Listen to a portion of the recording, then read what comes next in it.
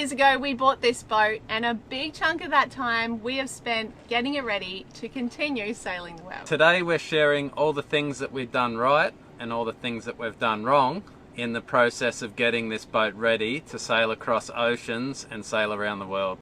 We're an Australian family that set off on an adventure of a lifetime. We hope these little videos make you smile and inspire you to chase your dreams. Subscribe to join us and our travels as we share our life on the sea. So we bought a bigger boat. We had a 44-foot boat prior to this one. This one is a 530 Pearson. So it's 53 foot in length and it's about 15 foot in beam, and it's a lot bigger boat than our first one. Okay, so some of the things we feel we did get right. We did buy the boat at a bargain price. Also with a bargain price, we know comes a lot of work, and we were prepared for that. And when we looked at the boat online, because we bought it sight unseen, which we don't recommend by the way, we thought that would be a kind of easy process for us to get her up and going and get the boat of our dreams ready to sail the world. Boat did tick a lot of boxes. Long story short, we were always going to put new rigging, new sails, and a lot of new systems through the boat. So that brings us to all the mistakes that we've made. Now we haven't got enough time to go over all the mistakes we've made, but we'll share a few with you. We're going to give you the top 5 mistakes we've made. If you're looking to learn, buy a second-hand boat, some of these things might help. The first mistake we made was where we bought our boat. Probably wasn't the best decision for us.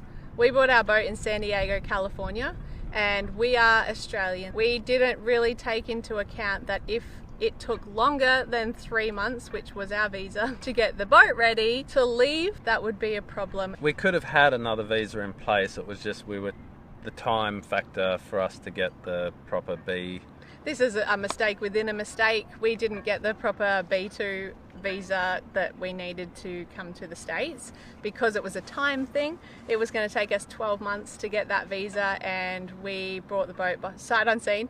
So we got on a flight. We knew we had 90 days, and we thought, mistake number 3. we thought we'd have enough time just to at least the country and sail to Mexico. We knew that we could stay in Mexico for 6 months. We knew it was cheaper in Mexico, but our mistake was we underestimated the problems.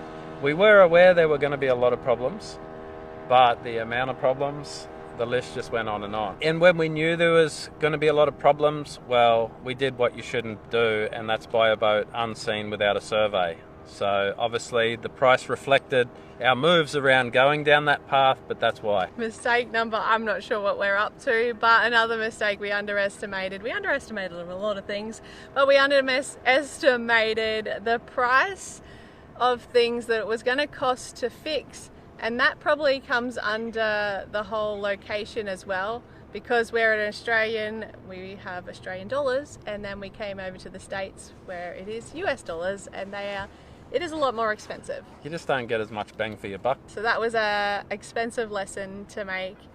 It was a great place to fix up a boat, but it costs a lot more money than we anticipated. Yeah, we had access to everything, which was a real plus, but it come at a price. Like I said, we thought we could get this boat going within 3 months and get out of there, get down to Mexico where it was affordable, and that wasn't the case. So that threw a massive spanner in the works, because we didn't have a big budget to work with, and being in San Diego, the costs were up there for what we intended to achieve anyway. We had to fly to another country and then come back again and reset our visa, which we also had to pay for a marina that the boat was in, because we couldn't get the boat out of that marina because there was nowhere to put that boat. Yeah. So there was a lot of factors that came into play. Yeah, our biggest suggestion, if you are going to buy a boat in a foreign country, really look into the costs that you may not think of. Where are you going to store the boat? Are you allowed to anchor there?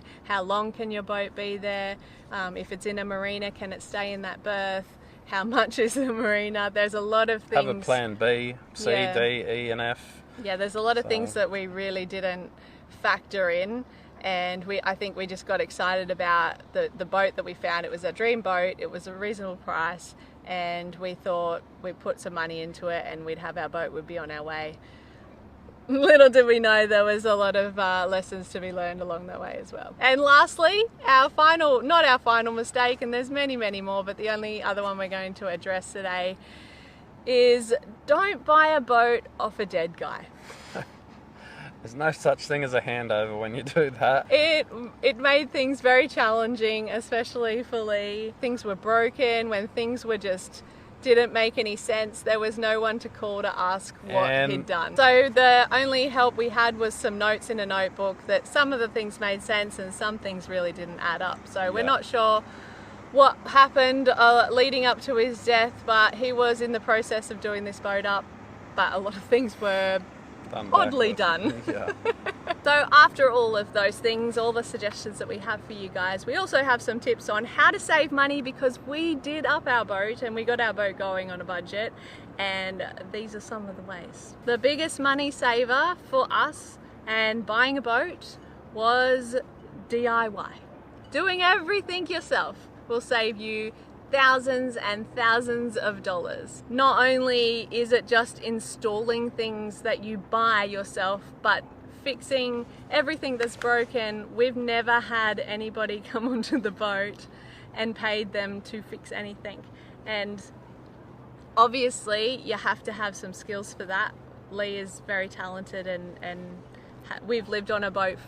We had a boat before this one for 8 years, and he fixed everything on that, and he's learnt a lot over the years on how to fix everything. A lot of it's been self-taught, but has saved us thousands and thousands and thousands of dollars over. So another way we saved money was heading down to Mexico. We chose to haul out in Puerto Peñasco. Definitely made it more affordable. The pressure was off as soon as we left San Diego, pretty much. So when we were in San Diego, we really needed to haul out. We hadn't hauled the boat out before, but the cost of hauling out in San Diego was triple or quadruple the price it was going to be for us to go to Mexico. And you can't do the work yourself there either. It's got to be done by the boatyard. So that didn't fit our budget either. Money that we saved from doing that, we could put back into the boat, and that was a lot of the reason why we could afford to do a lot of the things that we did. A really big advantage for us is we have an online community, and we have a YouTube channel, obviously that's what you're watching us on, but we have an amazing community and amazing amount of sponsors that have also helped with getting us on the water, getting us back in the water, getting us sailing again. And without that, this project wasn't possible for us. Knowing that our position too, with relationships that we built over the years with sponsors, we probably wouldn't have looked at this boat sight unseen, because we knew our sponsors were going to be there, standing by to help us where needed, and yeah, they definitely did. We had so much help, and we are super, super grateful. Being content creators, we offer value for them and they see value in us, and it works both ways. But our community, not only sponsors, but the community that we've built through our patrons, through the people that watch us on YouTube, we have an amazing amount of people that follow us that helped us along the way, and we just want to acknowledge them right now, because we know that this would not have been possible without all of you. So we appreciate that. We do not take that for granted. Obviously there's been a lot of hard work. We've had a lot of help, and we really, really appreciate it.